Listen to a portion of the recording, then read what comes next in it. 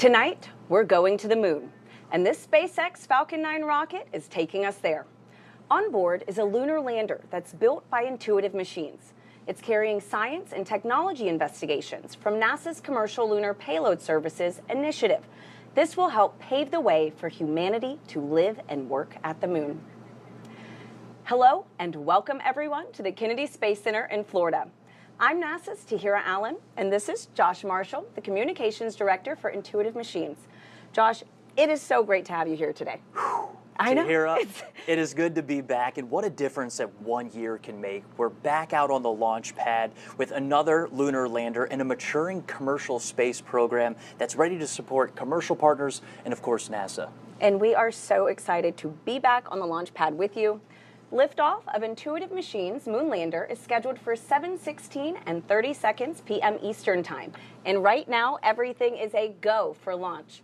If all goes as planned, that lander will complete its journey about 8 days from now, with a landing at Mons Mouton, about 100 miles from the lunar South Pole and the farthest south ever attempted for a moon landing.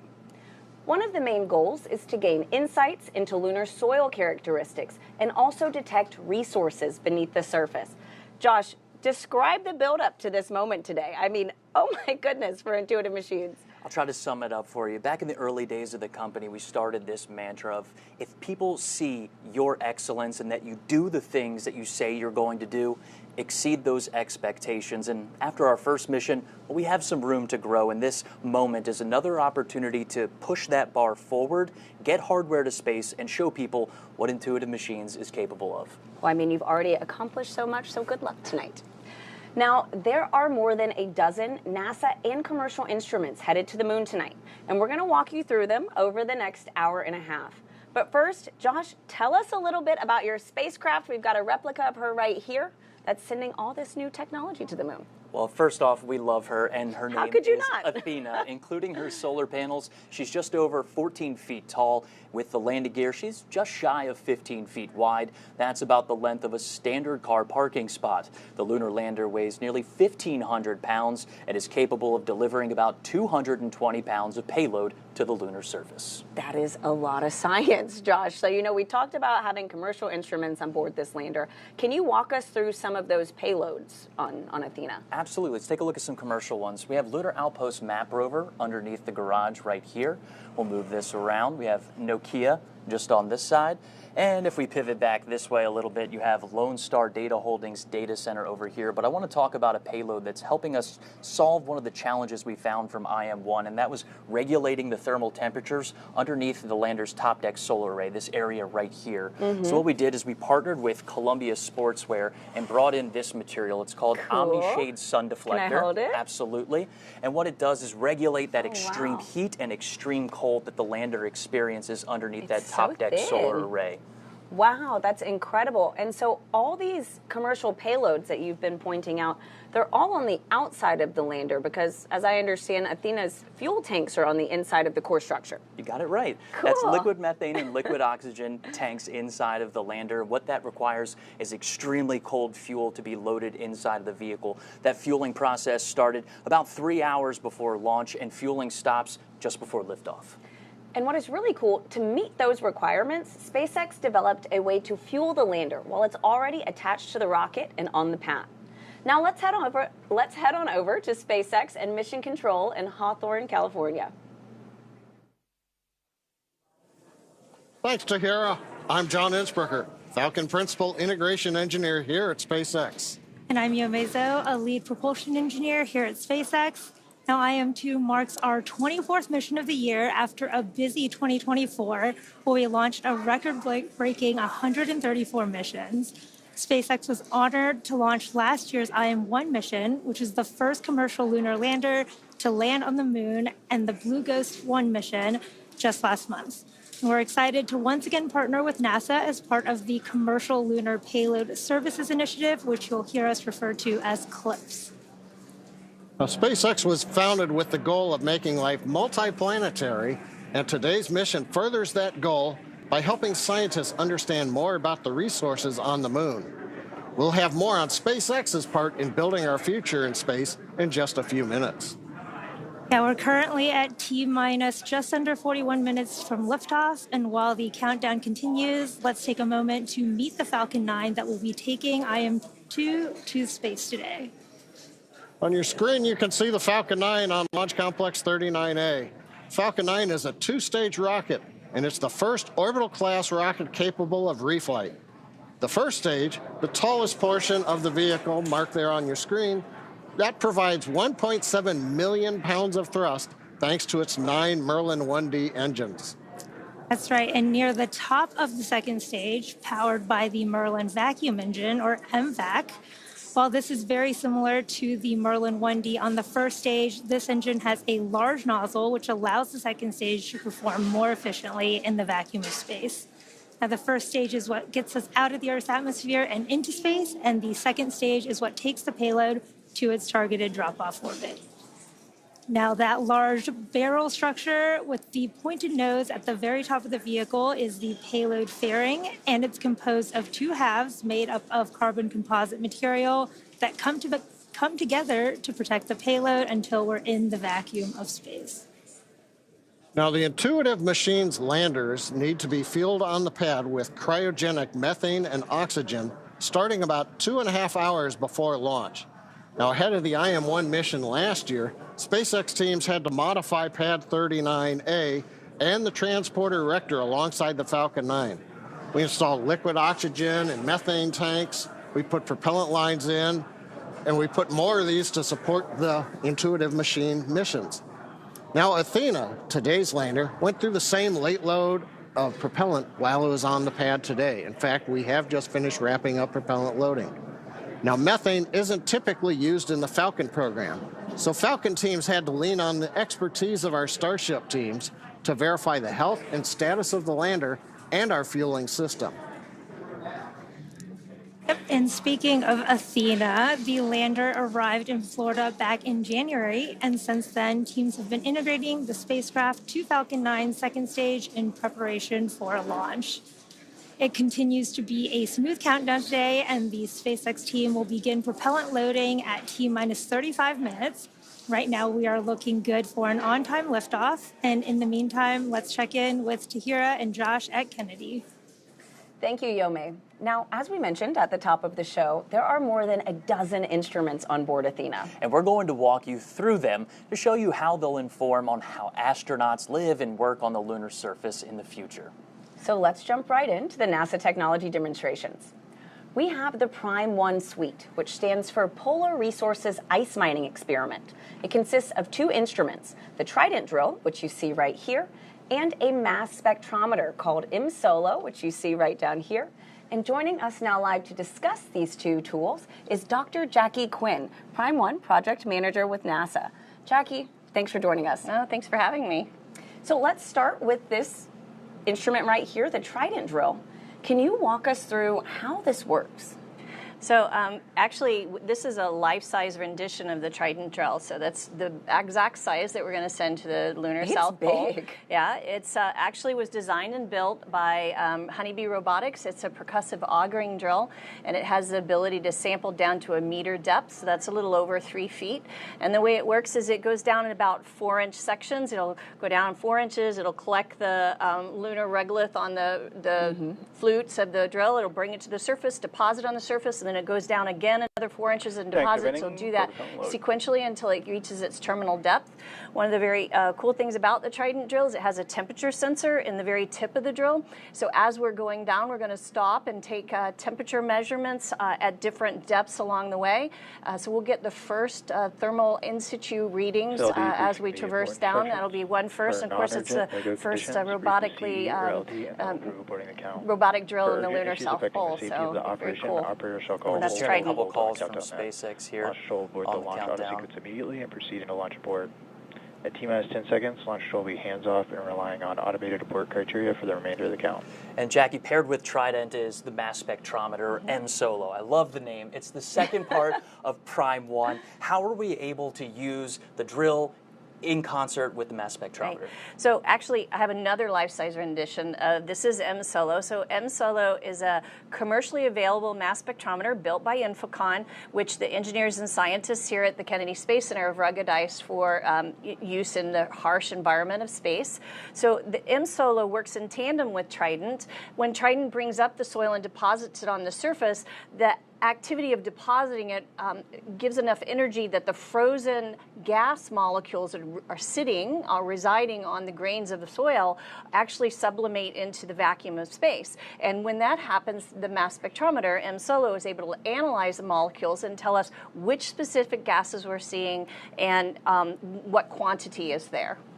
And so, Jackie, real quick, can you give us the big picture? You know, what does the Prime 1 suite contribute to the overall goal of long-term human presence at the moon? Yeah, so right now, I would say we're fairly tethered to Earth as human explorers, and we want to be able to have a sustained presence on the moon, on Mars, on any celestial body. And in order to do that, we need to be able to live off the land. So if we look historically at explorers, say Lewis and Clark that went from Missouri to the Pacific, they were able to do it because they lived off the land. They gathered food and vegetables, they hunted, they drank water. Well, we as explorers of space need to be able to live off the land as well. And the way to do that is to be able to get the water if it's there, and be able to harness it for creating fuel and oxygen. And that's what Prime 1 will do, is to give us those first key engineering components that allow us to design future systems. That is so exciting, Jackie. Thank you so much for joining us today. Appreciate being here. Go Prime 1. And it sounds like we also did just get a call out that RP1 propellant loading is underway. So that is a great update to hear. Now, also aboard Athena is the Laser Retroreflector Array, or LRA. It's a collection of reflectors. You can also think of them as mirrors that are designed to use reflected light from an orbiting spacecraft laser to help locate landers better on the lunar surface. Tahira, this technology requires no power to work and has been used since the Apollo era. And now we're looking forward to a new era of lunar exploration with NASA's Commercial Lunar Payload Services initiative. Here's why we're teaming up with American companies to deliver science and technology to the lunar surface. Our moon. It seems so close in the night sky, but getting there is really hard. But what if there was a way to change that? Only a few nations have successfully landed on the moon. As NASA sends astronauts back to the lunar surface, this time to stay, we will need to send science and technology instruments ahead of time to lay the foundation for human exploration. To make this happen, NASA is helping establish a commercial lunar economy. For the first time ever, there will be commercial delivery services to the moon. We are enabling American companies to send our payloads to the lunar surface for us. These delivery services will expand our capabilities for exploration, radically increasing the amount of science we can achieve. This high-risk, high-reward initiative will invest in and leverage the entrepreneurial spirit of American innovation to launch a commercial lunar marketplace, advancing technology and exploration for all of us. With this never-before-seen streamlined access to the moon, we will be able to make novel measurements and develop technologies that scientists have long wanted to do on the lunar surface. And as this new industry matures, this commercial delivery service for NASA and other customers could expand beyond the moon to other destinations in our solar system. And we can learn to live on another world because we are explorers.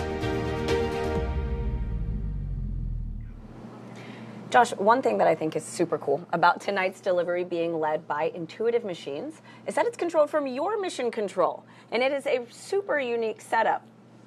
That's right, Tahira. Let's take a live look at Nova Control. This is the nerve center of our entire program at Intuitive Machines. Starting now, we have 3 primary flight controller teams working 24/7 to monitor, command, and control our lunar lander during its journey to the moon and Athena's mission on the lunar surface.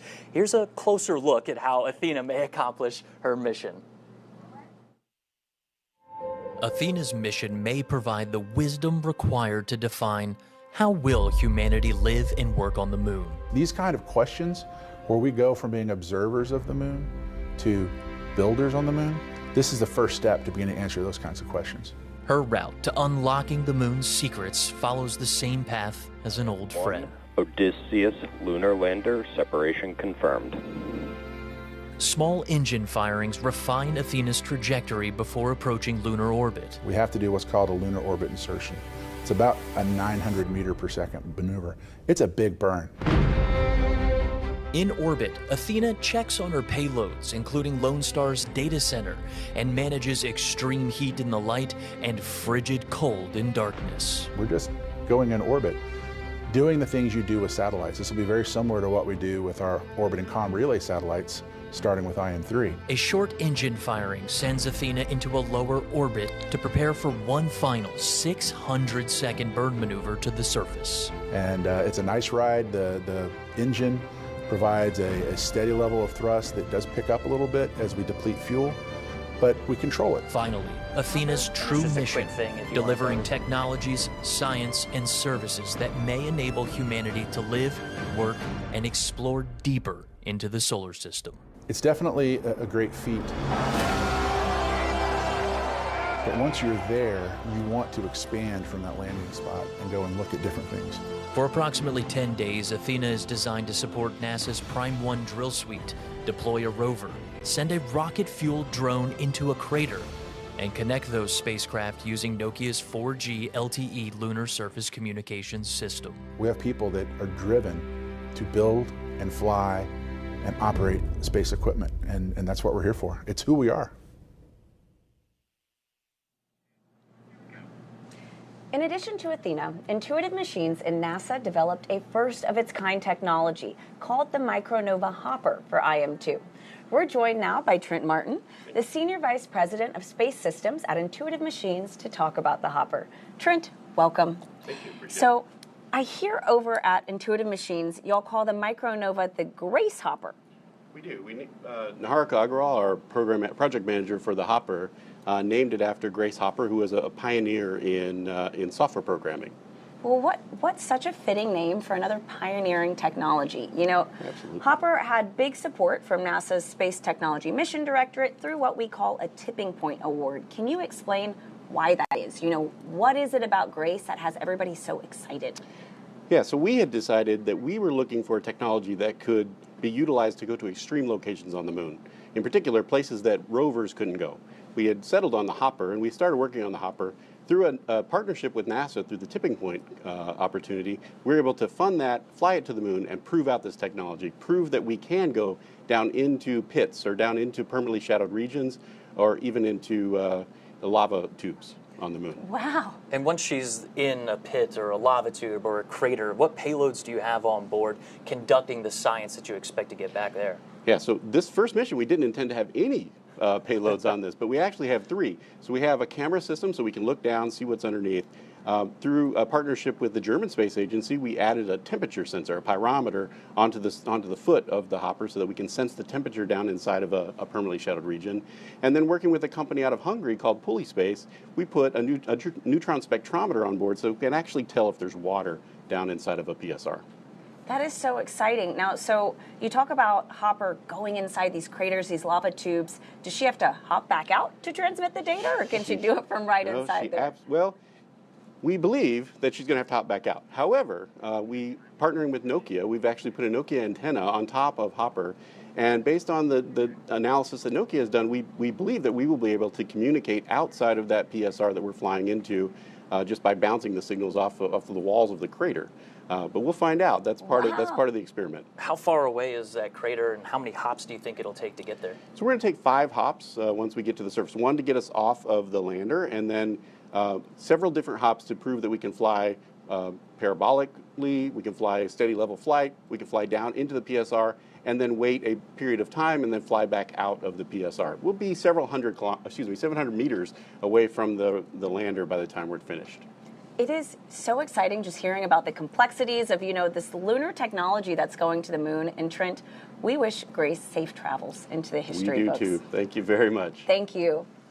Now let's head back to SpaceX in Hawthorne, California, where John and Yomi are standing by live right now. Thanks, Tahira. Everything continues to be go for launch as we count down to liftoff in just 26 minutes from now. Now, not only is the Falcon family of vehicles supporting NASA's lunar efforts through contracts like CLPS, but we're also working directly with companies to help support a growing commercial industry, and that's unlocking space for both commercial and government customers. Yep, that's absolutely right. And for more than a decade, Falcon 9 has supported 45 missions to the International Space Station with our Dragon spacecraft, starting with our first cargo resupply mission, then returning human spaceflight capabilities to the U.S., and even helping launch 2 additional cargo missions with Northrop Grumman's Cygnus. All of these missions have enabled science and research to be conducted on the International Space Station. Yep. A lot of work from low Earth orbit. Now, since 2022, SpaceX has supported the next generation of commercial space exploration. We've done the launch of 3 private astronaut missions to the space station, and that's been in partnership with Axiom Space. Now, in the near future, Axiom plans to attach a module to the ISS, and that will eventually detach and form an independent station, one of many commercial space stations that will come online soon, as well as after the International Space Station exits service at the end of its operational life. That's right, John. And when ready, SpaceX will help deorbit the space station.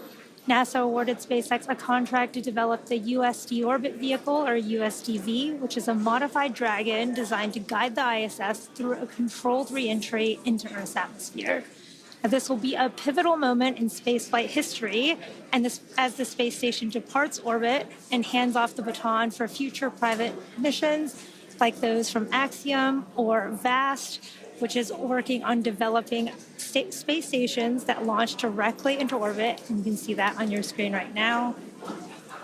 Now, SpaceX's drive to unlock space does not end there. In 2021, SpaceX launched Inspiration 4 on a 3-day journey around the Earth. It was the first all-civilian mission to space.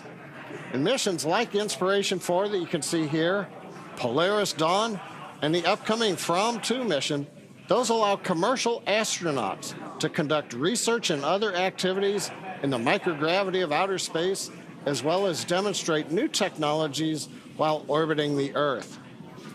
Now, as some of you may recall, last year the Polaris Dawn crew reached the highest altitude ever in Earth orbit since the Apollo program. They participated in the first ever extravehicular activity, what we call an EVA, where they stood up in Dragon wearing SpaceX-developed EVA suits.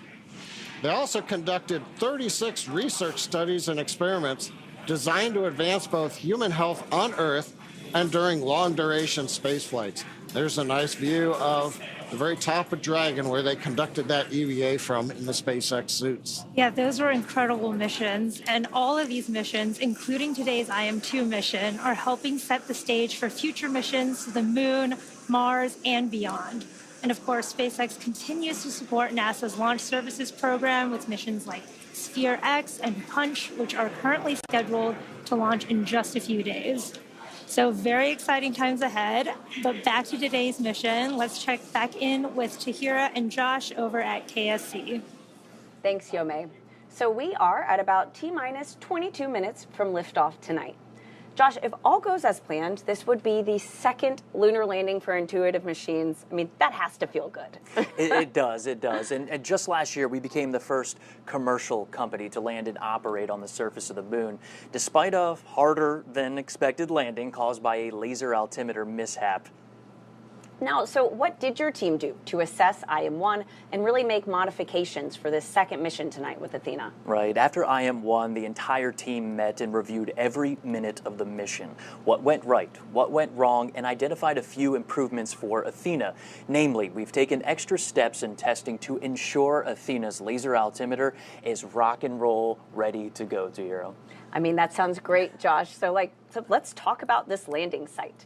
The landing for IM-2 is at Mons Mouton. It's named after the award-winning NASA mathematician and computer programmer Melba Mouton, who contributed to the successful Apollo 11 moon landing. Mons Mouton is about 100 miles from the lunar South Pole, climbing nearly 20,000 feet high. That's about the height of Mount McKinley in North America.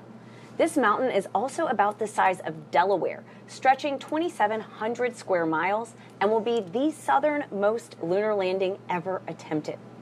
Now, Josh, can you break down what are the differences between the IM-1 landing site from your first lunar landing and the IM-2 site for Athena tonight? Well, both of these sites are lunar highland areas, very similar when it comes to that. The IM-2 landing site is about twice as close to the South Pole than our first mission. Why was Mons Mouton chosen? Was there anything specific that you all used to really narrow this down for IM-2? That's a great question. I asked our scientists, and as we move closer to the South Pole, combining Earth and Sun visibility becomes more challenging. So we chose Mons Mouton because the Sun and Earth visibility enables a longer surface mission so that NASA commercial payloads may complete their operational goals. It also has a crater close by that we're targeting for Grace to explore called Crater H. We'll have to think of a better name for the next round of explorers that drop by. Absolutely, Josh. That's so funny. Now, and those explorers could be, Artemis astronauts. The Mons Mouton area is also one of the potential landing locations for the Artemis 3 mission. It's a region no other crewed mission has ever landed or explored before. Here's a closer look at the type of preparation that goes into returning from the lunar surface in our Artemis Moon Minute.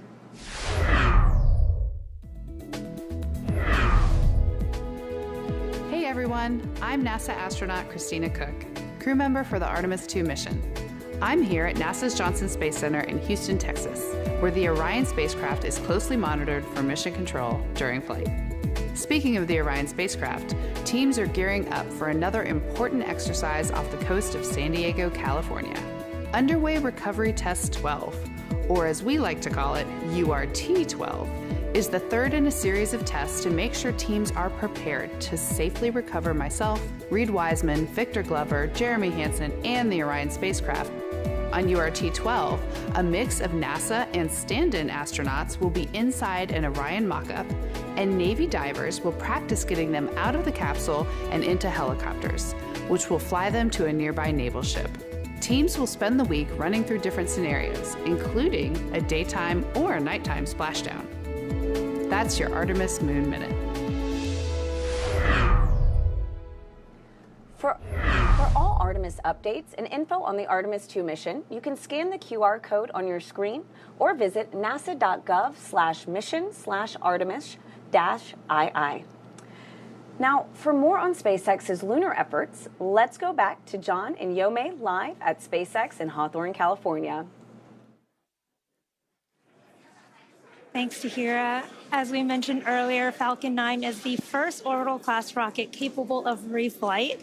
And in fact, this will be the 9th flight of this particular first-stage booster supporting this mission. Together, Falcon 9 and Falcon Heavy have completed more than 450 launches and over 380 reflights. It's hard to keep track of the scorecard.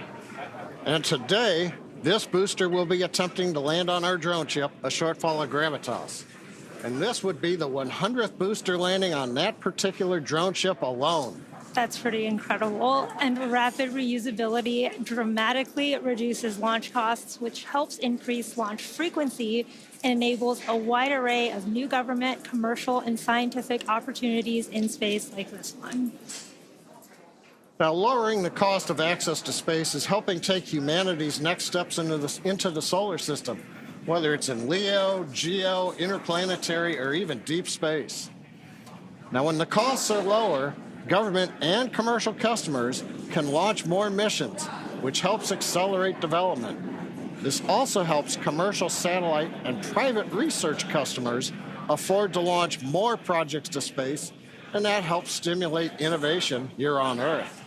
Absolutely. And missions like SpaceX's transporter and bandwagon rideshare programs help make access to space even more affordable by sharing the cost of a launch across many customers. All of this is to say reusability is that key innovation and it's making space more accessible for the industry as a whole. We just heard Stage 2 LOX load is beginning. We're right on time. But let's talk more about technology and innovation, and we'll head back to Tahira and Josh at Kennedy Space Center. Thanks, John. Many of the technology demonstrations on board Athena, like Prime 1 and the Grace Hopper that we heard about earlier, were driven by NASA's Space Technology Mission Directorate. Now, some are NASA-supported experiments that are developed by private companies. We also call these tipping point awards. These tipping point investments are valuable, stimulating the lunar economy as activity increases on and around the moon. Now, to talk about these programs, these payloads and awards, we're joined now by Mark Thornblom, Deputy Program Manager for Technical Integration of NASA's Game-Changing Development Program. Mark, welcome. We're so glad to have you joining us. It's great to be here. It's an exciting night. Can you first explain, what is tipping point and what does it mean to NASA and our partners? Sure. So a tipping point project is a true collaboration and partnership between NASA and an industry partner. We are seeking commercially led new space technologies that show a promise for the benefit of commercial missions and for NASA.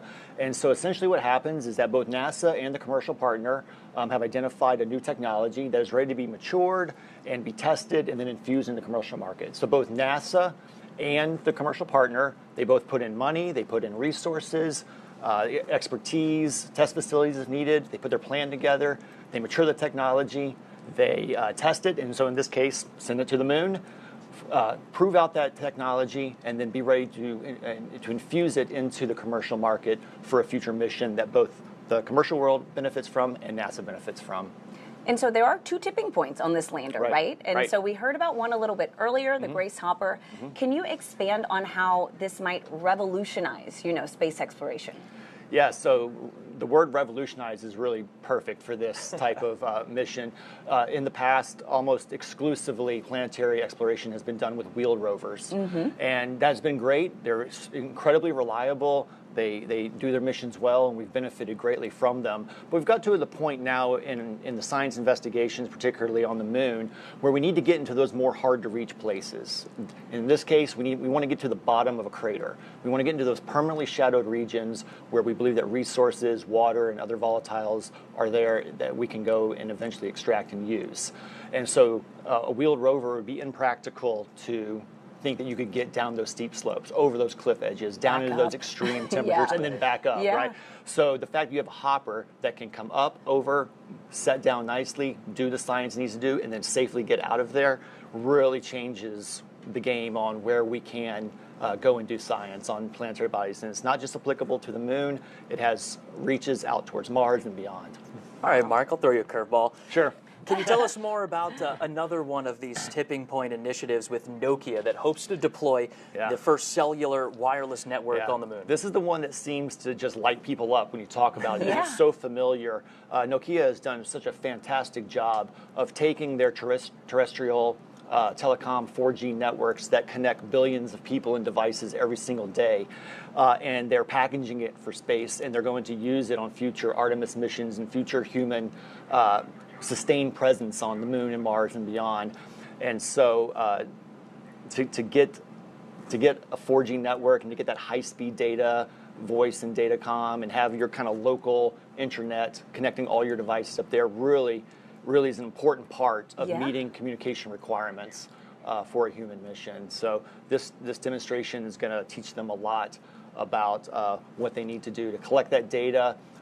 The environment is obviously very different. You're in a vacuum environment. The temperatures are different. The regolith's going to play. So the way the network responds will be a little bit different on the moon than here. So they need to collect that data so that they can go back and optimize their systems and be ready to deploy on a human mission. Yeah, I think revolutionize was the right word for these two payloads. This is incredible. Awesome, Mark. Josh, so how is this integrated onto the Athena spacecraft then? Well, Nokia's network in a box is mounted high up on one of Athena's closeout panels, and she has two antennas on top of Athena, and it connects both of those lunar mobility vehicles that we're talking about exploring the moon's surface. All right, well, thanks, Josh, and thank you so much, Mark. Absolutely, thank you for having me. Thanks for joining us. Now, when things get busier on and around the moon and Mars, astronauts and robots are going to need a way to stay in touch with each other.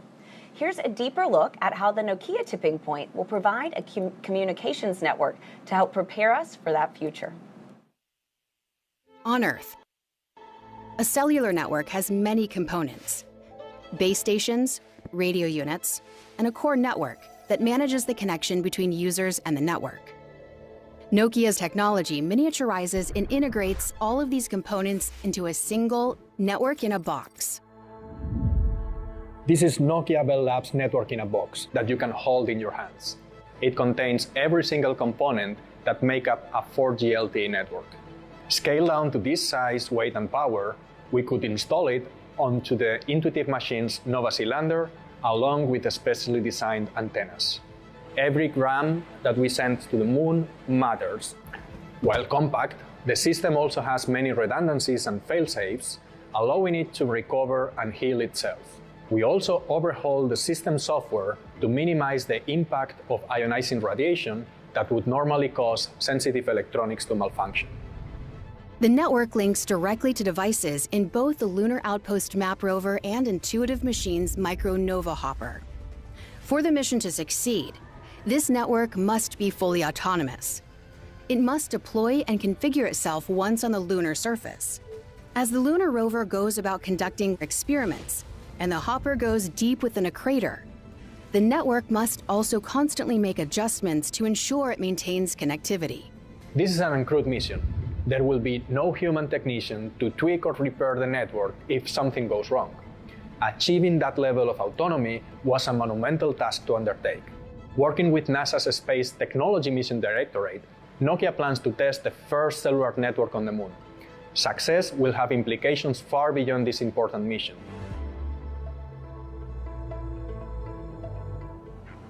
While Nokia's lunar network technology will be the first deployed on IM-2 mission, it's also being adapted for Artemis 3. That's right. Now, these high-speed capabilities will be incorporated into the Axiom Space's AX-EMU spacesuits, enabling connectivity on the lunar surface. You can think of this as our explorer's own cell phone network, but on the moon. Together, efforts like CLPS and tipping points are helping advance humanity's reach into our solar system and shape our country's approach to exploration through commercial partnerships. Tonight, Intuitive Machines' lunar lander is taking NASA's science and technology demonstrations to the moon under the Commercial Payload Services Initiative, or CLPS as we like to call it in the business, right? Exactly, Josh. And under CLPS, NASA asked commercial companies like Intuitive Machines to provide lunar delivery services that advance capabilities for science, exploration, and the commercial development of the moon. Tahira, it's through CLPS. NASA selected Intuitive Machines to deliver its Prime 1 drill suite and laser retroreflector array to the moon. However, Intuitive Machines added commercial payloads like the Diamond Yaoki rover, Puli Space Water Snooper, and others to make commercial lunar ambitions a reality. And it's by collaborating with NASA and leveraging CLPS as a springboard, we've developed services for delivery, data transmission, and infrastructure that commercially develop the moon. Not just for us or NASA, but for all. Absolutely, and it is an exciting time, Josh. So tonight is also the third CLPS delivery that is launched on a SpaceX Falcon 9 rocket. Let's send it back to John and Yome at SpaceX in Hawthorne, California, as they walk us through the final moments of the countdown. We will see you after launch. Now, as we mentioned at the top of the program, Falcon 9 is enabling these launches of the moon, including the Hakuto R mission, IM-1 a year ago, Blue Ghost, and Resilience, and of course tonight's IM-2 mission. Now, beyond the primary payloads, ride shares like the 3 additional payloads you can see, well, you can't see here, it's below the lander, but those ride shares will be helping to build the lunar economy. All these missions are something that Yome is going to talk about. Yeah. Thanks, John. Yeah, all of these missions are developing our future in space and helping to support sustained human and robotic activity, including scientific research, resource extraction, and infrastructure development. Now, you should be able to see here some of today's rideshare payloads on the stack there just below the Athena lander.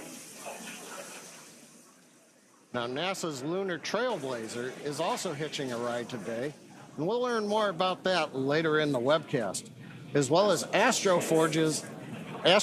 They're an asteroid mining company flying its Odin spacecraft, which is headed towards the near-Earth asteroid 2022 OB5. Gotta love some of those asteroid names.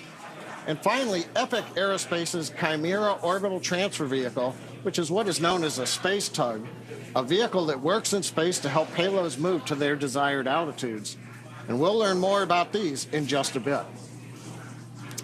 Yeah, these systems are paving the way for our sustained presence both in space and on the moon as we deliver landers, crew, satellites, and rovers in the next few years, building up the moon's equivalent of low Earth orbit, which is known as lower lunar orbit, which will act as the staging point for future missions, supporting lunar communications and providing platforms for science and research. And in the near future, reusability will extend all the way to the moon, with reusable landers flying their first missions. Frequent, low-cost launches from the moon will eventually allow for lunar exports, like metals and helium-3, which can help support future deep space mission to Mars and beyond. We're coming up at T-minus 5 minutes. Let's turn our attention to Falcon 9, the spacecraft. The good news is all systems are currently a go for on-time liftoff. Pressing for starboard retract. We just heard the call out. The tanks are pressurizing. We're stiffening the Falcon 9 up in preparation for strong back retract. The strong back is the structure you see on your screen right behind the Falcon 9. You're looking right now at the payload fairing, inside of which Athena, the lunar lander, and the 3 ride shares are located. We also have had the transition to internal power for the spacecraft. That happened several minutes ago.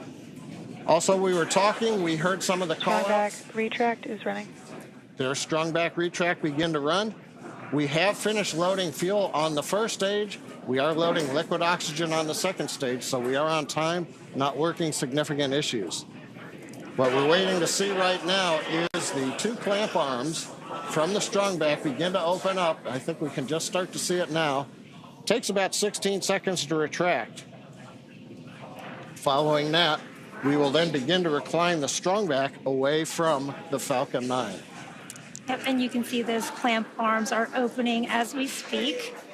The vehicle is nearly fully loaded with propellants and will complete at the T-minus 2 minute mark. The range is also green and ready to support today's launch. And if for any reason we do not launch today, we do have a backup opportunity tomorrow at 7:11 p.m. Eastern Time. At this point in the countdown, both the first and second stages are nearly fully loaded with 1 million pounds of kerosene fuel and liquid oxygen. Falcon 9 uses 2 propellants. One's a refined form of kerosene called RP1, or Rocket Propellant 1, and we also use LOX, or liquid oxygen, as our oxidizer. Now, fire generally needs 3 elements to ignite: heat, fuel, and an oxidizing agent, in this case, oxygen. That's the fire triangle. In our case, the liquid oxygen is chilled well below its boiling point. That makes it denser, and that means basically we can load more of it into the rocket. Yep, and the third part of that fire triangle is a chemical known as TTEB, or triethyl aluminum and triethyl borane, which we use as an ignition. Stage 1 LOX load complete. There's that call out for stage 1 LOX load complete. And the combustion of RP1 and LOX is what makes the rocket go, and it's that TTEB mixture that sets the match to the propellant mix. Now, in addition to finishing LOX loading on the second stage in about 30 seconds, we'll have another major event at T-minus 60 seconds, and that's Falcon 9 computers going in startup. The autonomous first and second stage internal flight computers will take over the countdown. Inside of T-minus 2 seconds, we'll light the Merlin 1D engines for liftoff. And right now, though, coming up on T-minus 2 minutes, the Intuitive Machines payload continues to be healthy, and the Falcon 9 team is tracking no issues on the rocket.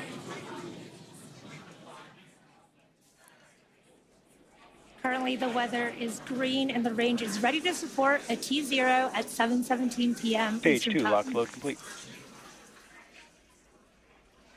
Okay, we've heard the call out just inside T-minus 2 minutes. Locks load on second stage complete.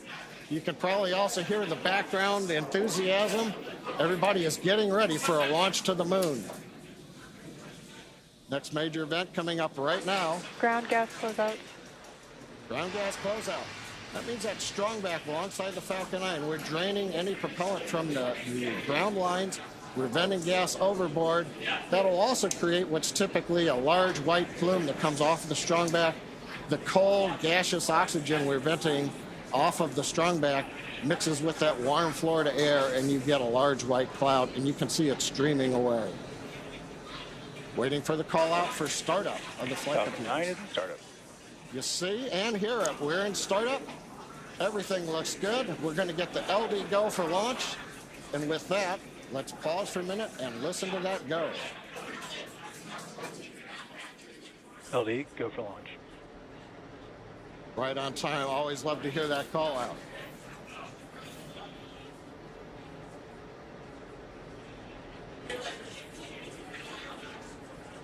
T-minus 30 seconds and counting. All systems are go for launch of Falcon 9 with the Intuitive Machines lunar payload.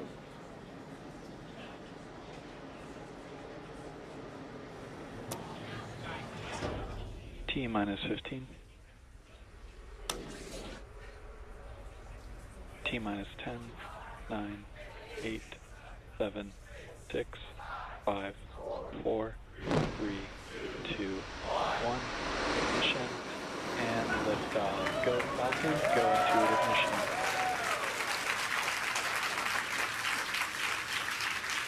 Vehicle is pitching downrange. And looking forward for nominal.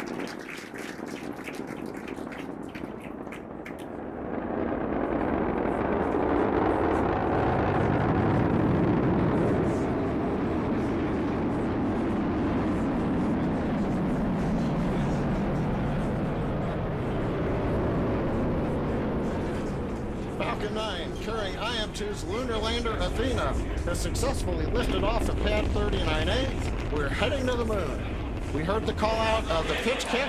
That's a small tilt of the vehicle. We're still going pretty much straight up, but now we're also slowly heading horizontal. You heard that call out for power and telemetry nominal, and once we reach orbital altitude, we're going pretty much horizontal to the Earth. The rocket needs to go about 17,000 miles per hour. Falcon 9 is supersonic. Horizontally. We heard that call out. We are supersonic, and in just a few moments, we will pass through max Q, or maximum aerodynamic pressure, on the booster. Max Q. We're through max Q, and the Merlin 1D engines have throttled back up to full power. Next call out we ought to hear is MVAC chill. Falcon 9 data is continuing to look good as the first stage heads out over the Atlantic Ocean.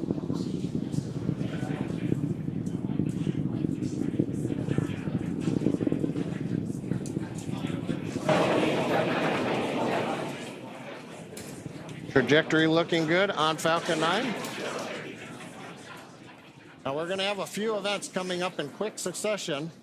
We're going to start with MECO, main engine cutoff. That's the point during the flight where we shut down the 9 Merlin 1D engines on the first stage. Then we'll go into stage separation, and then SES-1, which is the second stage engine start number 1. And shortly after MECO, stage 1 and 2 will separate from each other, with the first stage booster beginning its trip back down to Earth, while the second stage engine starts for the first time, known as SES-1, where the single Merlin vacuum engine on board the second stage will light up. This is happening in just a few seconds. MECO. Stage separation confirmed.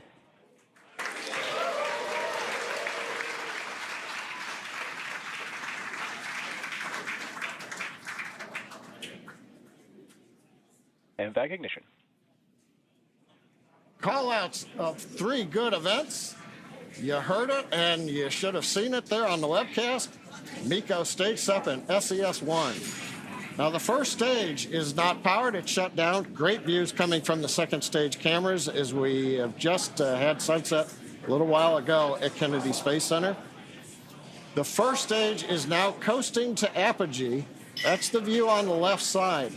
We're slowly turning using cold gas thrusters. We're turning to orient the engines into the direction of flight. Also, you may have been able to make out in a little bit of the light, the titanium grid fin deployment is underway. We're using pneumatic gas pressure. Confirmed. And here comes fairing separation. And a beautiful view. Looking at Athena and the ride shares on top of the second stage stack. So we had good fairing Vehicles are on a separation. nominal trajectory. Trajectory's nominal. First stage is looking good as it coasts to apogee. Second stage under power. Yome, everything continuing to look good right now on the mission. Yeah, we are at just over T plus 4 minutes into today's mission. IM-2 is SpaceX's 24th launch this year, and we are currently in the first of 2 planned MVAC burns. Around the T plus 6 minute mark, you should see on your screen the first stage's entry burn. It's currently making its way back down to Earth. And for that entry burn, we will relight 3 of the M1D engines on the first stage, starting with the center engine, followed shortly by the engines next to it, which will slow down the vehicle as it passes back into the Earth's atmosphere. Now we need to slow down the first stage to reduce re-entry forces, which will help us recover and reuse that first stage. And you can follow along on your screen to the telemetry on the bottom left and right of your screen for the stage 1 and stage 2 speeds and altitudes. You may have noticed on the left side of your screen, first stage altitude has begun dropping. We have reached apogee, and now we are under the pull of gravity, headed back down to the Atlantic Ocean. Now, to slow us down, we'll use that entry burn. And that means we're firing 3 Merlin engines to decelerate the Falcon 9, but we'll still be moving very rapidly. And that's going to cause the vehicle to fly through the Merlin exhaust gases. It's also known as the rocket's plume. And this will deposit a layer of soot on the vehicle surface, one of the signatures of a flown booster. Now, that soot comes from the carbon-based fuel that Falcon 9 uses. Now, it took us almost 2 minutes since separation to get up to apogee. It's going to take the rocket just as long to bring the first stage back down to the edge of the atmosphere for the entry burn coming up in just about 20 seconds or so.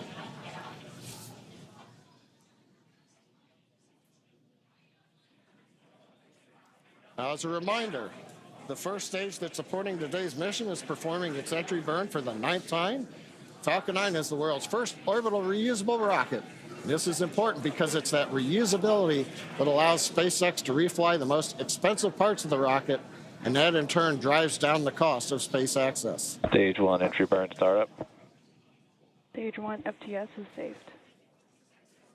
There's that call out for entry burn startup, and this will be about a 30-second burn, slowing that first stage down as it re-enters the Earth's atmosphere.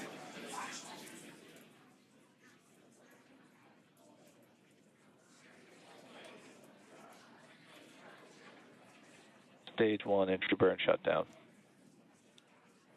There you can see the end of that entry burn on the first stage. And on your right, you can see the second stage still in the first of 2 planned burns carrying the Intuitive Machines 2 payload to the moon. Now coming up next, we will shut down our MVAC engine on the second stage, followed quickly by the landing burn on our first stage. And the second engine cutoff of this first burn will be in just about 30 seconds at the T plus 7 minutes and 46 second mark.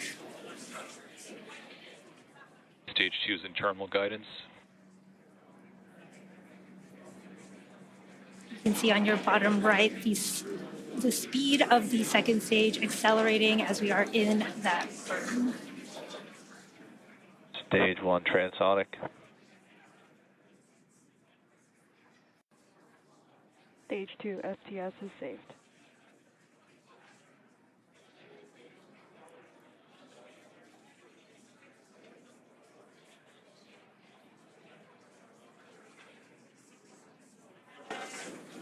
MVAC shutdown. There's that call out for MVAC shutdown. We should be getting a confirmation of a good orbit as Stage well as 1 landing burn. there is that stage 1 Nominal landing parking burn. orbit. and that confirmation of a good orbit on stage 2. Let's watch stage 1 come back home. Landing leg deploy.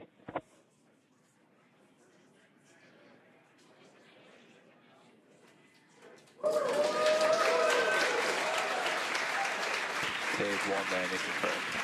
Awesome views of that first stage landing. There you have it. That was the 413th recovery of an orbital class rocket, including first stage landings for Falcon 9 and Heavy. Oh, first stage is back on the drone ship. Beautiful mission. Second stage is in the parking orbit in our low Earth orbit. Now the mission does continue in space with stage 2. Coming up next, we have the second burn of our MVAC engine. We call that SES-2. And that'll be the second stage burn around the T plus 36.5 minute mark. And we'll follow that with spacecraft separation. Until then, we're going to send you back to Tahira and Josh at Kennedy Space Center. Thank you, John and Yome. If you're just joining us, welcome to the Space Coast of Florida, where we just witnessed live the beautiful liftoff of the moon-bound Intuitive Machines lunar lander named Athena. It launched on top of a SpaceX Falcon 9 rocket from Launch Pad 39A right here at Kennedy Space Center. Intuitive Machines is an American company based in Houston, Texas.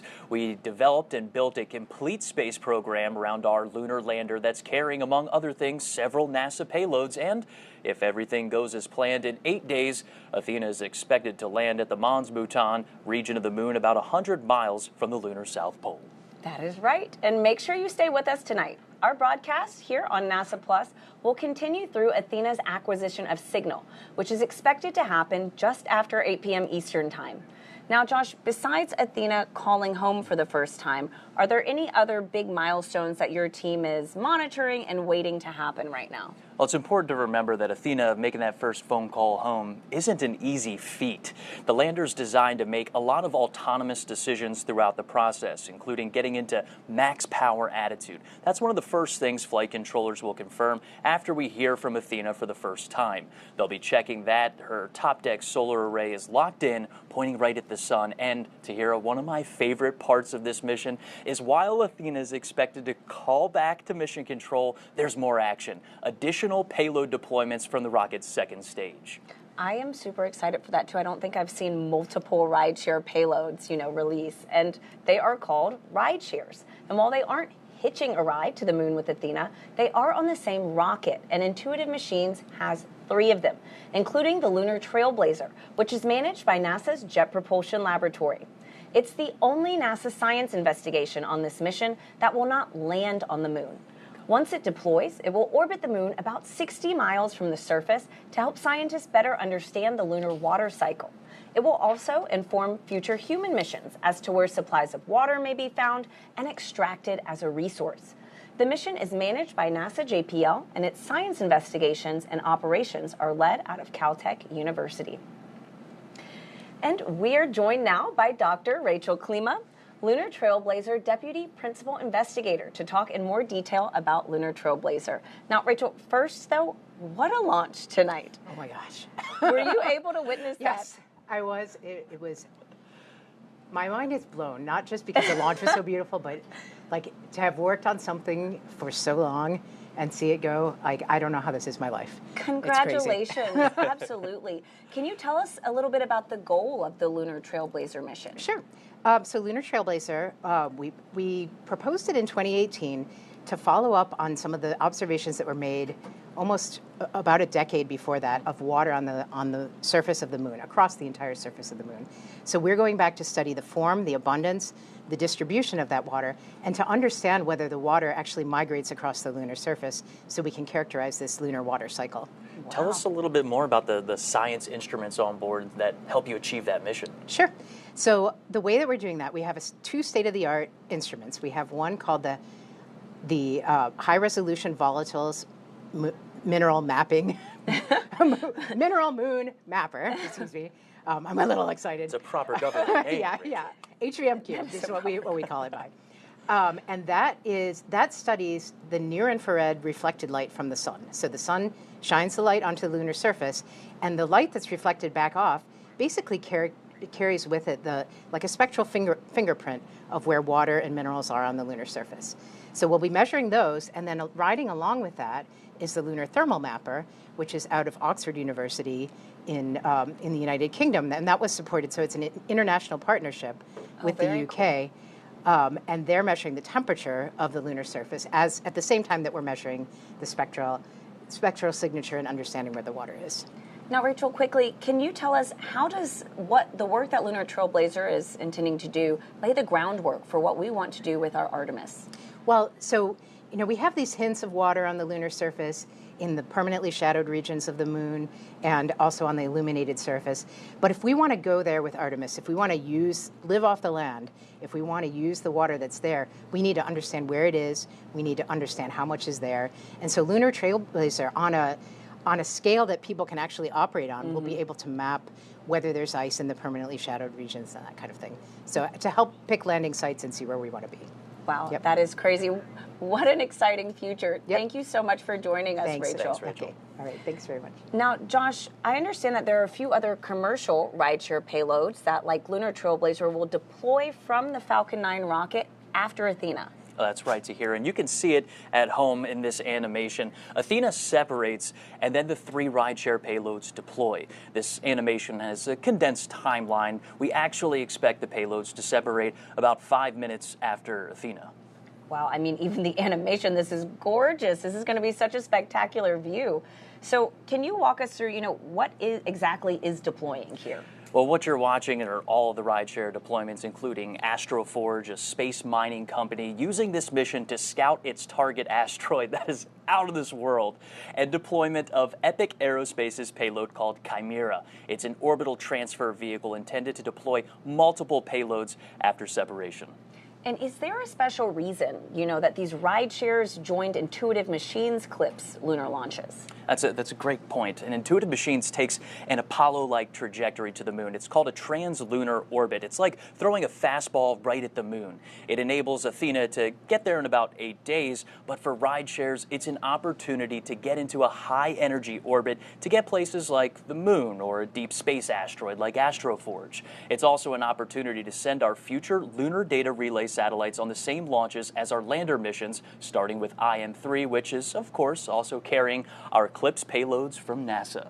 That's right. And IM-3 will be Intuitive Machines' 3rd lunar delivery mission as part of CLPS, an initiative where NASA and American companies have teamed up to explore the moon. Now, a lot of research needs to happen before humanity can live and work on the lunar surface. And these CLPS missions are like our stepping stones towards creating that sustainable future. In the end, the rewards outweigh the risks. Landing on the moon is hard.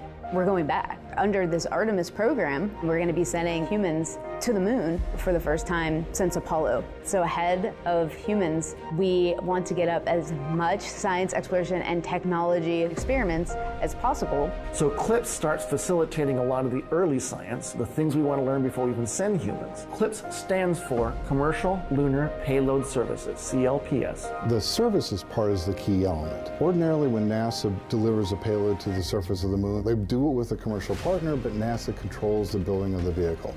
Now, we're buying the service of delivery of our lunar payloads to the surface of the moon. It is a delivery service, akin to a delivery service that you'd have here on Earth. NASA will provide payloads to a commercial company. They decide how to get it to the moon. They have to develop their own lander, but they also have to manage the entire end-to-end mission. It's meant to provide affordable, rapid, frequent access to the lunar surface through American companies.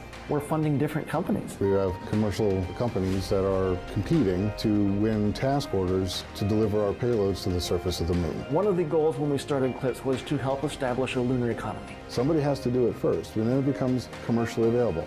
Then they're able to crank them up. Then they're able to make it more affordable. And so the lunar surface is just the next frontier for a commercial environment. But we had to acknowledge up front, all the way through the highest levels of the agency's leadership, that some of them will fail. These missions may not be as successful as a traditional NASA mission. We have accepted the risk that going through this innovative approach with these commercial companies, that there could be some failures. Some of them are new companies. None of them have ever successfully landed on the surface of the moon. So they're going to learn lessons. We need to give our vendors the opportunity to learn. And so that'll help ultimately buy down our risk as these companies learn, okay, what does it take to actually build up the lunar lander, integrate payloads, get to the lunar surface and land safely. They've been able to demonstrate that they have very, very good technical depth and the ability to design and execute missions. We're willing to take more shots on goal. And we aren't risking human lives. And in the big picture, if we're flying missions at 1/10 of the cost of a NASA mission and we fail 2 of them, we still get 8 missions for that same price. Even with 1 or 2 or 3 failures, this is still a very economical proposition. It's a risk posture which is more risk tolerant than NASA is accustomed to.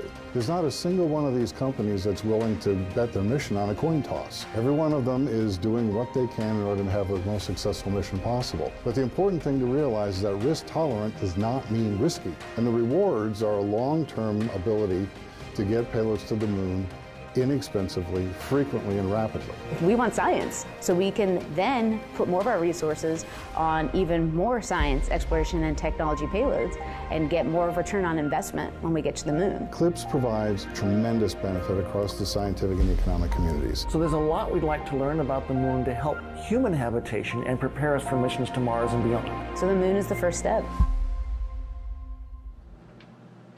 Joining me now are Dr. Nikki Fox, the Associate Administrator for NASA's Science Mission Directorate, and Dr. Joel Kearns, the Deputy Associate Administrator for Exploration. Now, Nikki, Joel, what a launch tonight. Wasn't it beautiful? Does it ever get old? No. Never. Absolutely not. Never. No. Particularly when NASA science is going to the moon on it. I know, right? It's more than just a launch. Think about, again, the future. So to talk a little bit about the future, Nikki, I know you're very passionate about how science can enable exploration. Yes. So can you talk to us about how the investigations and science going up tonight are really going to enable humanity having this long-term presence at the moon? Yeah, obviously, science enables exploration, but exploration enables science, and that's why we're so excited about having this partnership as we move forward. NASA science does great science wherever we go in the universe, literally. From the center of the sun to the edge of the universe, we're doing fantastic science. But the really cool thing is when what we're doing is really enabling humanity to take next steps. And so as we return to the moon, we're not just returning to the moon for a short trip, we're returning to stay, and then the moon lights our way to Mars. And so all of the experiments that we have that we're putting on CLPS are just there to enable us to do the next great things for humanity. And so, Joel, as part of CLPS, it is really to team up with American companies to help advance the capabilities of the commercial development of the moon. Can you explain how this CLPS initiative and these flights are really advancing what we want to do with Artemis? Well, every one of these CLPS flights, like the IM-2 mission, is advancing both science and technology that we will need to move humans out further into the solar system, but also answer really long-term scientific questions we've had for decades since Apollo. And we're doing this a very different way than we did Apollo. Yeah. In Apollo, it was a national effort that was really done by NASA with a major industry at the time. Here we're partnering with our international partners, but also, as you said, with commercial firms in the U.S. And the way we implement CLPS to carry out these science and technical objectives, we actually get as a service from U.S. industry the ability to bring things to the moon and get data back.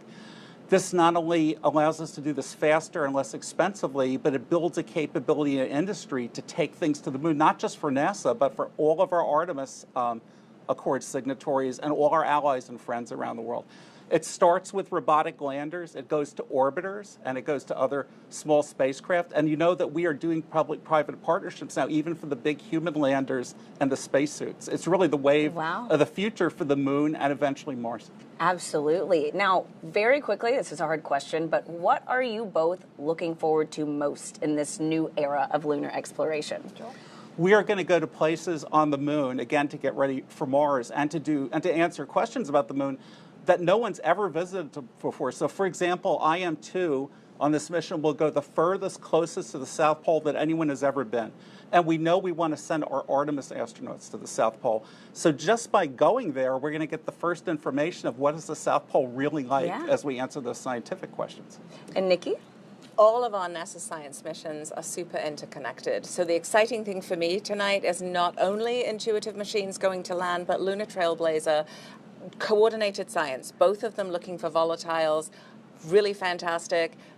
NASA science doing amazing things all through our universe, from the just everywhere we go, incredible, incredible science. So just really excited to continue to inspire the world and lead the nation in science exploration.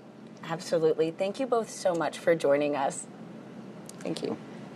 As part of CLPS, Intuitive Machines is continuing to add commercial lunar services. It enables delivery, data transmission, and infrastructure to support the Artemis campaign and the commercial development of the moon. 2024 redefined Intuitive Machines, becoming the first commercial company to land and operate on the surface of the moon. Houston, Odysseus has found his new home. And rapidly advancing services for lunar data transmission and infrastructure. When we jumped off on this CLPS initiative and pivoted the company towards the moon, it pushed the boundaries of what could be possible, and so we thought unconventionally. Last fall, we continued development of our lunar terrain vehicle, the Moon Racer, wrapped up 2024 with NASA astronaut testing at Johnson Space Center, along with a meteor crater trial run in Winslow, Arizona. To support delivering Moon Racer and other heavy cargo, the company completed several milestones in developing its heavy cargo lunar lander, Nova D. So what we're able to do with heavier cargo is provide a logistics supply chain to the moon. And while 2025 starts with another lunar liftoff, development of the first lunar data relay constellation capable of 4K video transmission is underway to support Artemis missions to the moon. Starting with our third and fourth CLPS deliveries, we plan on deploying data relay satellites and begin operational capability for Artemis and allow for more robust communication from the surface. Each mission is building the foundation for a sustainable presence on the moon and a foothold toward the next step into the solar system. We're now going to step aside while we await our next big milestones, the second burn of the second stage of the Falcon 9 rocket, and then separation of Intuitive Machines' lunar lander. We're expecting that to happen about 8 minutes from now, so we'll see you then.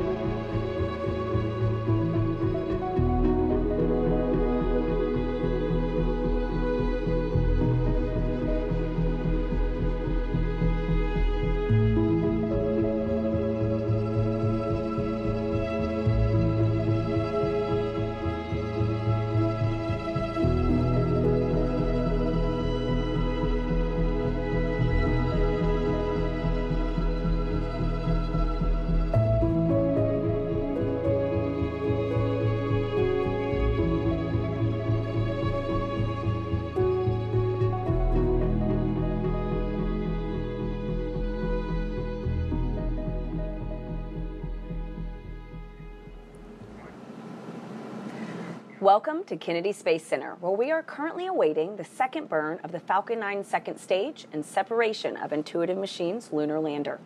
This comes after a successful liftoff of the Falcon 9 rocket with the Intuitive Machines lunar lander named Athena at 7:16 and 30 seconds Eastern Time tonight. And in approximately 8 days, Intuitive Machines expects Athena to deliver her cargo to the Mons Bhutan region of the moon, the southernmost lunar landing attempt in American history. But first, Tahira, the lander has to separate from the launch vehicle's second stage.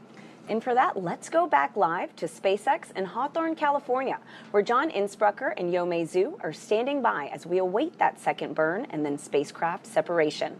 John, Yomei? Thanks, Tahira. We are a couple minutes away from our second and last relight of our MVAC engine. That'll happen at T plus 36 minutes and 25 seconds. And the second burn will last just over 60 seconds, and you can watch the velocity increase on the display on your screen. Right there, we saw a little bit of solid oxygen drifting off. We're actually purging everything. We're getting the engine ready to relight, chilling it in. At the same time, we've been using little cold gas thrusters to just kind of push all the propellant down to the bottom of the tank, so it's right over the inlets of the turbo pump. So we're ready to pull it in when we start to spin the engine for burn number 2. Well, and that's called settling, right? And we use nitrogen to perform those maneuvers.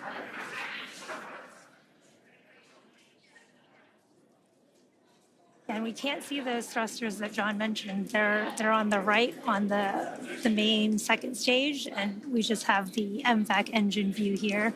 But you can see that engine chill process happening. You can also see the payloads on the left-hand side of your screen. Oh, and there's a nice view. We've got a second payload camera on this flight, and I think we're looking right up at the business end of Athena with the large nozzle. Yeah, really cool views. I love how Athena looks like a star when it floats away.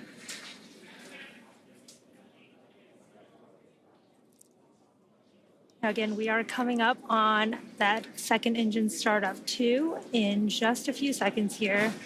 Again, this will be about a 60-second burn.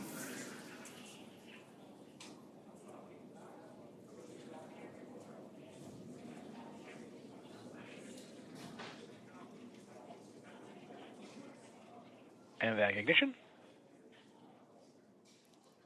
That's the call out for MVAC ignition.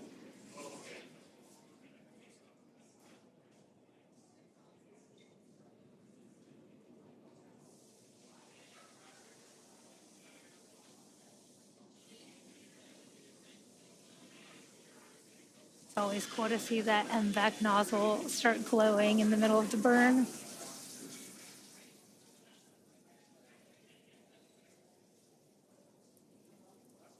We are about 30 seconds into our 60-second planned burn on the second stage, carrying Athena and the rideshare payloads to the moon.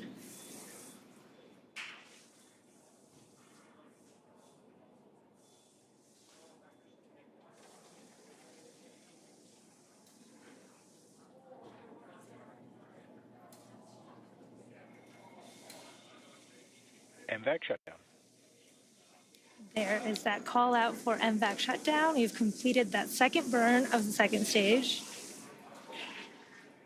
Just waiting on confirmation. Nominal orbit insertion. There is that confirmation for a good orbit, and it looks like we are on track for spacecraft separation in just a few minutes. It's been a great launch so far. Coming up 38 minutes since we had the liftoff. And now we're waiting for that IM-2 lander to separate from Falcon 9's second stage. A little bit of a recap while we're waiting for that. That comes in a little under 6 minutes from now. We had an on-time liftoff shortly before 7:16 p.m. Eastern Standard Time from Launch Complex 39A at Kennedy Space Center. Everything has proceeded nominally. 2.5 minutes into flight, we got stage separation. We also saw the successful landing of Falcon 9's first stage on our drone ship, a short fall of gravitas, and that made the 9th landing for this first stage. Now, about T plus 7 minutes, 46 seconds, we had a successful second stage engine cutoff, SECO 1, and we heard the call out of a good parking orbit insertion. Now, that was the first of 2 burns of the second stage engine, and we just saw the second burn of that engine complete, and we also are in a good transfer orbit right now. Pay attention on the bottom right to the altimeter. We didn't change altitude very much during the 1-minute burn, but you can see we're starting to move away from Earth now.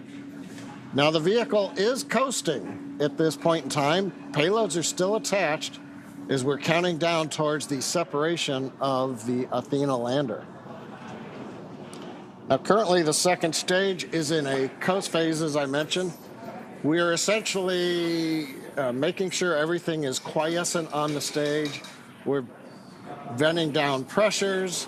We're making sure that overboard vents are done so that nothing, for example, burps during flight.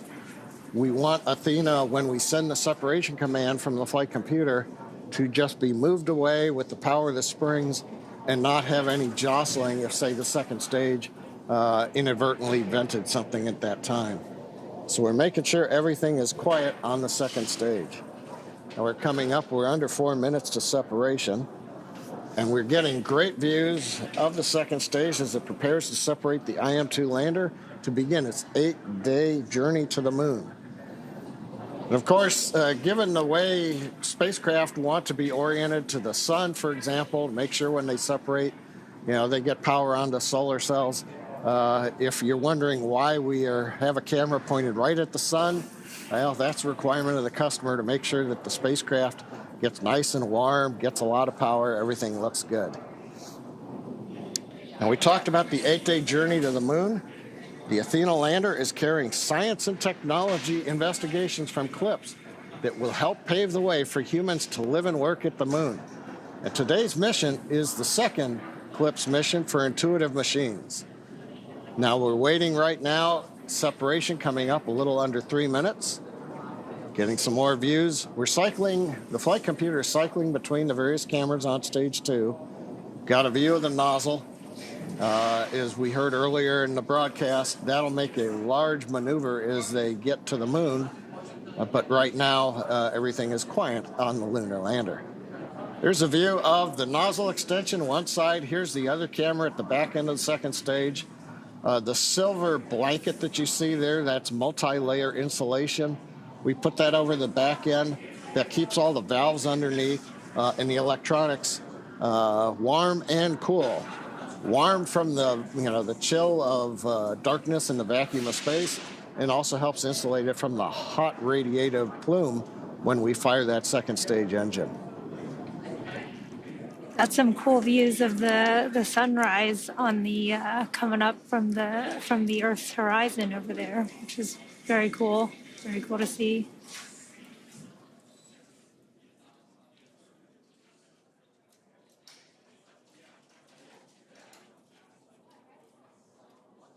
"42 minutes, everything continues to be nominal on the second stage."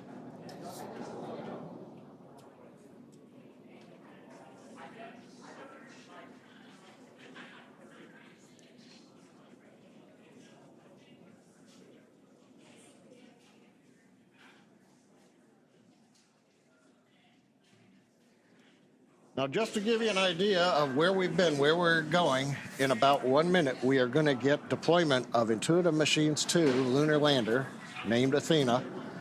We had the launch. We got into orbit with the first burn of the engine you see there on the screen. We just finished the second burn about 5 minutes ago, and we are in a coast phase on stage 2, making sure everything on the stage is quiet, do final vents, and then make sure that the stage is very stable, it's not moving around. And then we'll see deployment. It'll be interesting. I'm not sure which camera views we're going to get at deployment. Now, once we do the deployment, we then start another sequence that takes about 3 minutes and 50 seconds, and then we will get to the rideshare deployments. We'll have one, and then every 20 seconds, and then 20 seconds after that. Right now, we're just counting down, waiting for deployment. So let's listen into the countdown net.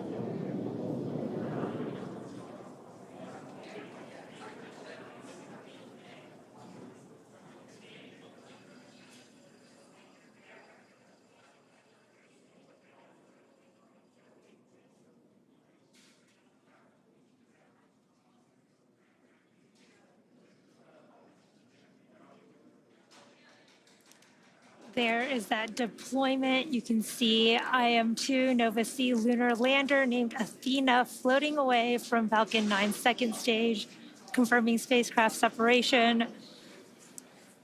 Now, from all of us here at SpaceX, we are wishing the IM-2 lander a good flight and safe travels. SpaceX is honored to be a part of NASA's Commercial Lunar Payload Services Initiative to deliver science and technology to the lunar surface, and we thank NASA and the Intuitive Machines for entrusting us with today's historic mission to the moon.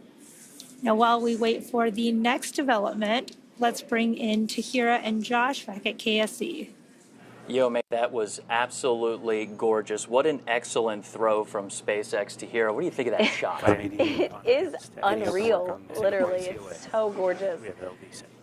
Right now, we're going to continue to listen in simultaneously. We have Intuitive Machines Nova Control in Houston, Texas. That's going to be waiting for acquisition of signal. That's Athena's first call home, while also monitoring SpaceX.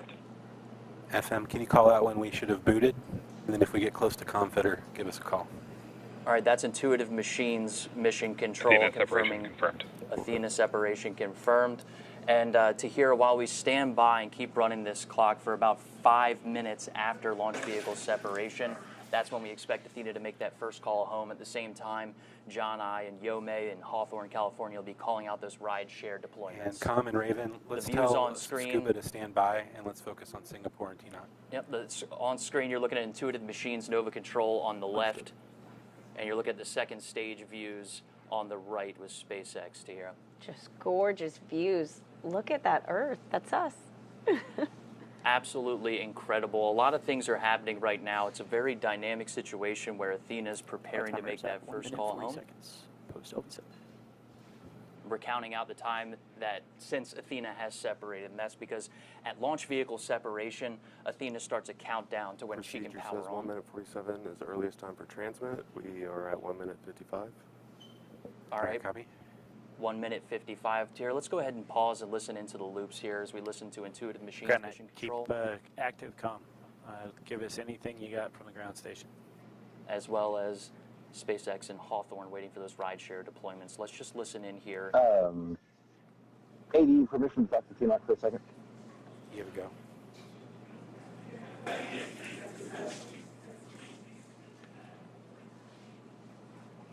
Those calls you just heard are the ground net stations that you're looking at right now inside of Nova Control, waiting for the ground stations on Earth to acquire Athena's signal. We're standing by in Houston for Athena making that first call home, standing by in SpaceX Hawthorne for waiting for those 3 rideshare deployments. We expect all of these things to be happening simultaneously. And Josh, right now from Hawthorne, we should be about 30 seconds away from starting that sequence of rideshare deploy. First up should be Astroforge's Odin. 20 seconds after that, Lunar Trailblazer. And then 20 seconds after that, Epic's Chimera.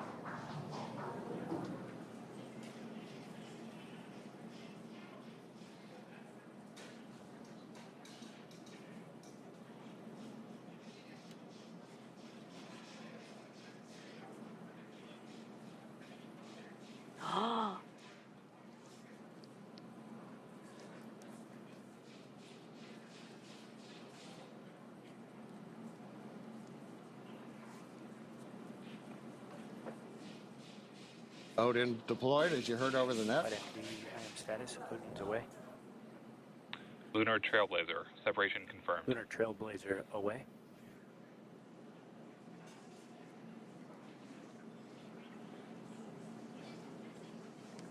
We heard the call out in the acknowledgement. Lunar Trailblazer separated. Wait about another 10 seconds, and it'll be Chimera. Yeah, Com, we will have an OEM for them. Priority right now is Singapore. Chimera away. Understood.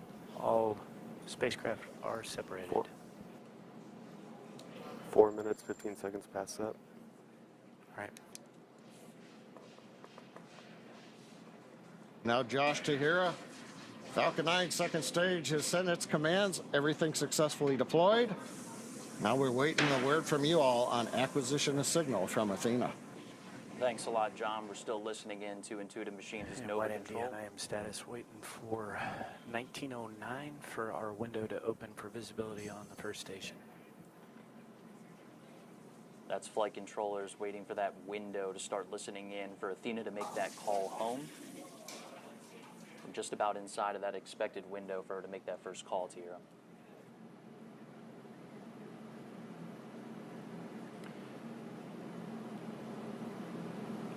We expect Athena. We're still standing by for connection with TNOC, is that correct?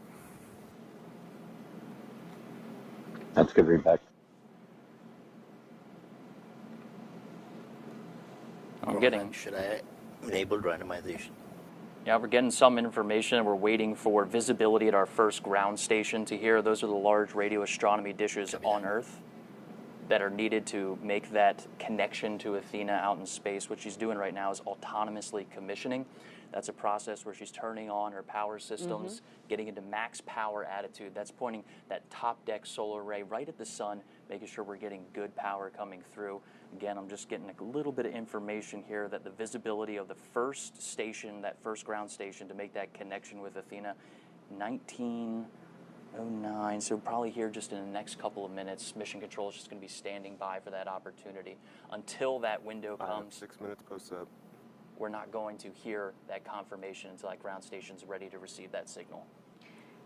Now, Josh, Copy that. what And happened? we're expecting 1909 for the visibility. That's correct. It's 1909. They're talking in Central Time, so that's 8:07 here on the East Coast. So here, just a couple minutes away, flight controllers are watching their screens, waiting to make that first connection with Athena while she's been autonomously commissioning herself in space. That process of getting to max power attitude, getting her radio pairs on, and making that first call home, all while moving just about 24,000 miles per hour. She's doing a lot. That's right. Now, Josh, what happens if Athena exceeds that time window? Well, if Athena exceeds that time window, it's okay. She's also programmed to swap radios and antenna pairs to get in a better configuration to make first contact with flight controllers that your folks at home are watching on the left side of your screen. That's Nova Control in Houston, Texas.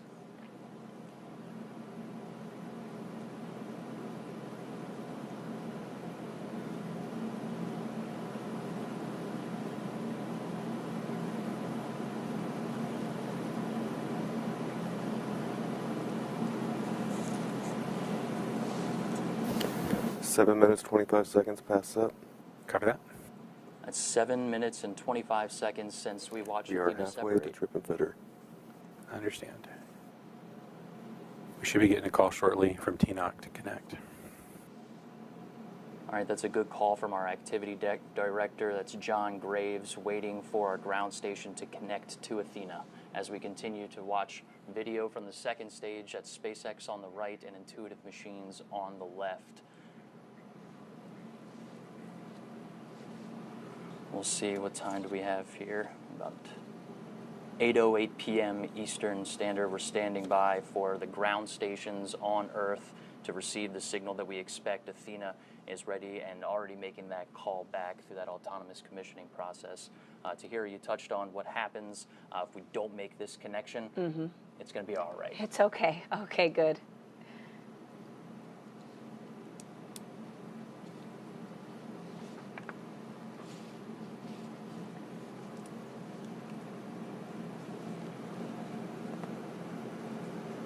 And we heard a call from Mission Control talking about a comm fitter being halfway through its cycle. And what they're talking about there, Tahira, when we say it'll be okay, it's starting. Back to me, Goose. Ground out. What are we seeing? Is TNOC giving you any feedback?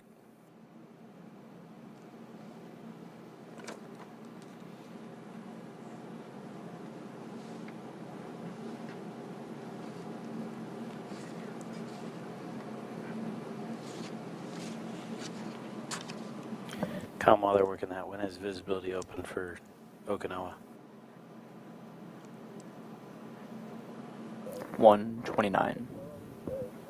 All right, so we're listening in to when those ground stations will have coverage to connect with Athena in space. What about DSS 34? Let's go ahead and toss it back to John and Yome in Hawthorne, 1:15. California. In 5 minutes. We are 9 minutes, 30 seconds past up. Copy that. And FM Oh, comes down thanks, 15 Josh. minutes and it just swaps towers, right? Now we're hearing comms in the background right now. Yes. Now, for those of you following along, you'll know that this mission marks our 24th launch of the year. And we're gearing up for the Sphere X and Punch mission, launching from Vandenberg Space Force Base very soon. And in the coming weeks, NASA's Crew 10 mission to the International Space Station. You can always follow along at SpaceX.com launches for up-to-date missions and schedules. And before we sign off here at SpaceX, let's go back to Tahira and Josh at Kennedy. Thanks a lot, John and Yome. Super Dave. So if you think we can do that and get at least a Farm B up there, that would be great. All right, Tahir, we have exceeded our nominal acquisition of single timing estimate, and flight controllers are starting that new set of procedures that will continue over the next several minutes. They're working to confirm our communications configuration is correct, that the flown trajectory we receive from SpaceX matches those expectations, and that our ground station dish is using the right trajectory. That's been a lot of the timing and things that we've heard in chatter right there in mission control. All right, and we are watching flight controllers in Nova Control right now, working to confirm where Nova sees separated from the launch vehicle, and then matching that data to the ground station's dish that's currently working to acquire the lander's signal. And the team's expected to continue this process for several minutes until Athena's autonomous procedures start a new process. We've heard them call out a couple times of how much time is left until ComFitter, and that is part of that new process to communicate back to Earth. This includes cycling Athena's power systems, switching radios, and swapping antennas to sets that had not been used yet. All at the same time, we're working with SpaceX to confirm a good launch vehicle separation. That means a good translunar orbit. We mentioned that at the top of the show. How long would it take us to configure the DSN data connection? Go ahead and turn it on. It should be on now. Okay, ground net.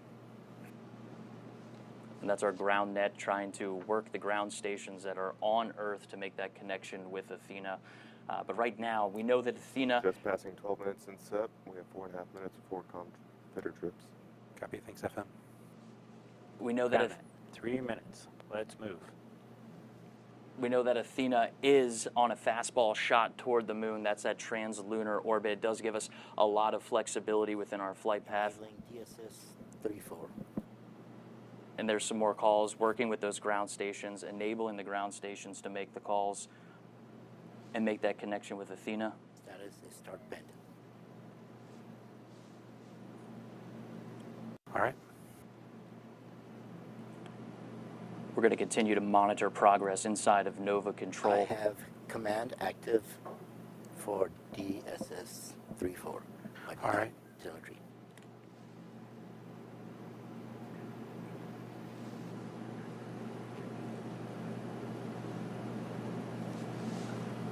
Setting command off.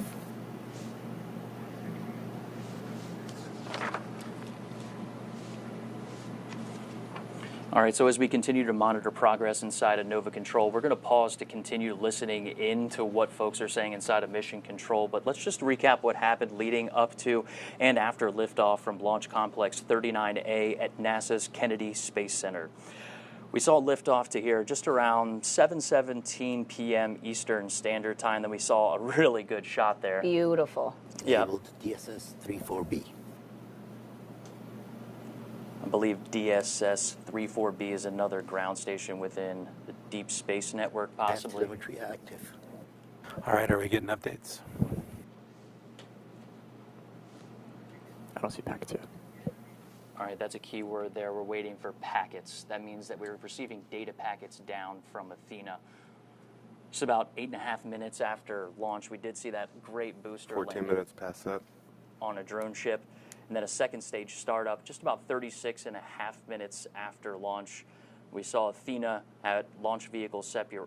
All right, ground net, what do we need to do to get telemetry packets? I'm not sure. We should be seeing them now. All right. All right, we're standing by for data packets.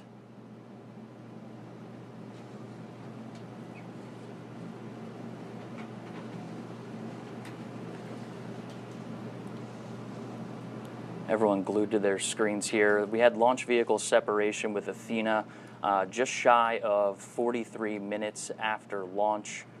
Nominal acquisition to signal about 5 to 7 minutes. We've exceeded that time. We touched on that autonomous process of what Athena is doing, but right now it's more of a manual process inside of mission control as those flight controllers are working to configure the ground stations that are required to make that call. It's possible that Athena is powered on. All right, so while TNOC is working, looking for anything we can shake on the DSN side to get packets. And so, Josh, we've mentioned a few different ground stations tonight. If they get this signal from any of them, does that work? Yeah, it sounds like they're switching over ground stations as we're listening in. I'm not familiar with which one and where they're working those, but they're working to get that signal from Athena, and that's coming from our ground net. And you can see folks working inside of mission control trying to solve this problem inside of our circular design control room, allowing folks to kind of wheel around and get the information that they need.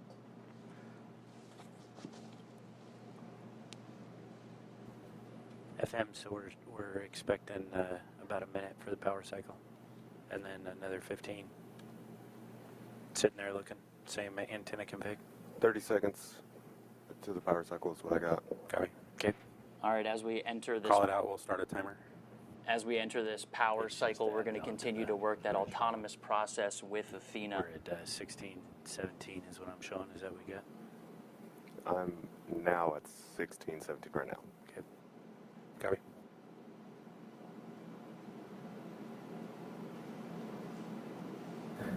Granite, give us calls on the main loop. You are the most important person in the room. Everything you're doing is critical. Call it on the loop, everything you see. All right, as we hit this repowering process, it's going to start several long terms where background net, everything goes on the main loop. It'll give Athena some time to configure her systems if that's what's required, but it's also going to be some time gaps. Do we have control in the room? It's also going to be some time gaps in between when we can configure these ground stations. Raven. Yep. It's going to start opening up longer periods of when we're waiting for autonomous processes as well as data control to make sure they're seeing packets flow to us. They have carrier lock, sub-carrier lock, symbol lock, but no telemetry. But they have no telemetry. Copy. All right, that's a good sign. We're hearing carrier lock. That's one of the steps that we heard on our first lunar mission.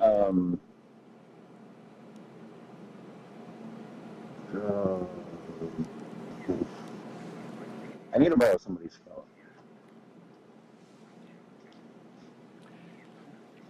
Showing packets. All right, we're showing packets. All right. Oh my goodness. Everybody wake up. Got to keep you on your toes, all right? We're going to start Athena here, and that is a great call. That is an active situation where we're switching ground stations in order to make contact with Athena. Kept us on our toes. I feel a little flushed in the face, but getting those data packets and getting that confirmation from Mission Control, best news I heard all night. I didn't think anything was going to top watching that launch to Hera. So, Josh, can we breathe easy now? Orange Groundnet, can I? We can. It sounds like we have our packets and we're working those challenges, but the important thing is we'll be providing those updates on our page as well as on our X account. As they continue to work this challenge. But what an action-packed moment, 3 rideshare deployments, take a look at what you got. and Athena's first call home to let us know she's ready for her lunar journey. And we continue to know that this is a journey filled with challenges, and successfully acquiring Athena's signal and getting those packets and maybe having some more challenges, we know that those are the steps toward getting the ultimate milestone, landing and operating on the lunar surface to Hera. I mean, again, like you said, what an action-packed moment. So glad to get that call out. Now, Josh, can you tell us what is next for Athena? You know, can you give us any details on lunar landing? Well, with today's launch, we expect Athena to land about 8 days from now on March 6th. After vehicle checkouts tonight, we hope to send Athena's selfies with Earth in the background and capture new images along her journey. Over the first 5 days en route to the moon, she'll perform multiple small engine firings to hone in her trajectory toward the moon before committing to lunar orbit insertion. That's about an 11-minute burn to slow the lander down to get captured into lunar orbit. We expect to send another batch of lunar selfies back to Earth during Athena's few days. That's right. And finally, on March 6th, somewhere around lunchtime Eastern, we expect Athena to make a landing attempt and, if all goes to plan, spend about 10 days conducting lunar surface operations. Well, best of luck, Josh. That's going to wrap up NASA, Intuitive Machines, and SpaceX coverage of the launch of Intuitive Machines moonlander Athena on a SpaceX Falcon 9 rocket from Pad 39A here at Kennedy Space Center. And again, if all goes well, Athena is expected to land on the moon 8 days from now on March 6th. And we will bring you that coverage live right here on NASA Plus. Until then, you can find out more information about this mission and other NASA CLPS launches by scanning the QR code on your screen or by visiting nasa.gov/CLPS. Now, we will leave you with a replay of tonight's launch. From everyone here at NASA, Josh Marshall and Intuitive Machines and SpaceX, I'm Tahira Allen. Have a great night. T-minus 15. T-minus 10, 9, 8, 7, 6, 5, 4, 3, 2, 1. Ignition and liftoff. Go Falcons, go Intuitive Machines.